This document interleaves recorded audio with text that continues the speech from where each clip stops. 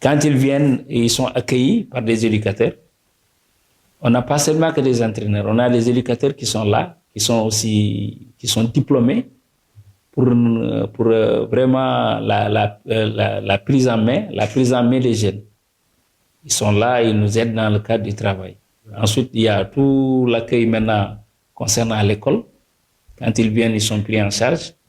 Ils viennent avec un carnet scolaire qui est pris en charge tout de suite. On voit à quel niveau ils sont, on veut les intégrer. Donc, tout le travail commence. Justement, comment travailler avec ces jeunes talents? Bon, vous savez, ceux qui viennent ici déjà, je vous ai dit, ils ne viennent pas avec un niveau zéro. Ils viennent déjà, ils savent faire des choses.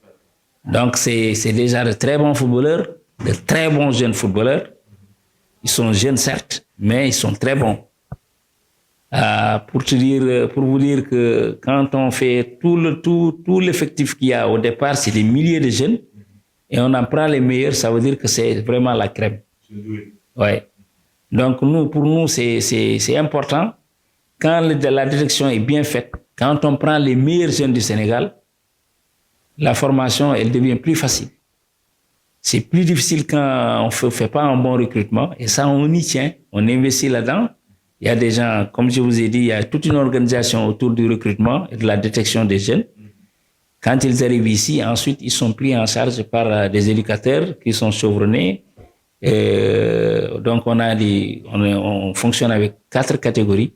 Des U13, des moins de 13 ans, ceux qui ont entre 10 ans, 11 ans, 12 ans, 13 ans. Ensuite, des moins de 15 ans, des moins de 17 ans et des moins de 20 ans. C'est ce qui constitue, je ne parle pas de l'équipe professionnelle, mais au niveau de la formation. Bon, quand ils viennent d'abord, comme vous dites, ils viennent avec leur talent. Mais ce n'est jamais suffisant. Ils viennent, il y a des choses qu'ils savent faire. L'environnement déjà, c'est l'environnement change. Beaucoup d'entre eux ont joué dans du sable. Au Sénégal, la majorité des gens jouent sur du sable. Quand ils viennent, ils ont des terrains gazonnés. Donc, l'équipement change. Ils sont en godasses, ils sont bien équipés. Bon, ils sont bien entretenus sur le plan médical. Maintenant, on leur apprend des choses. Comment occuper de l'espace. Comment libérer l'espace. Comment créer de l'espace. Tout ça, c'est la culture tactique, ça vient après. Sur le plan technique, on sait qu'ils ont une technique de base, mais il faut affiner, il faut être capable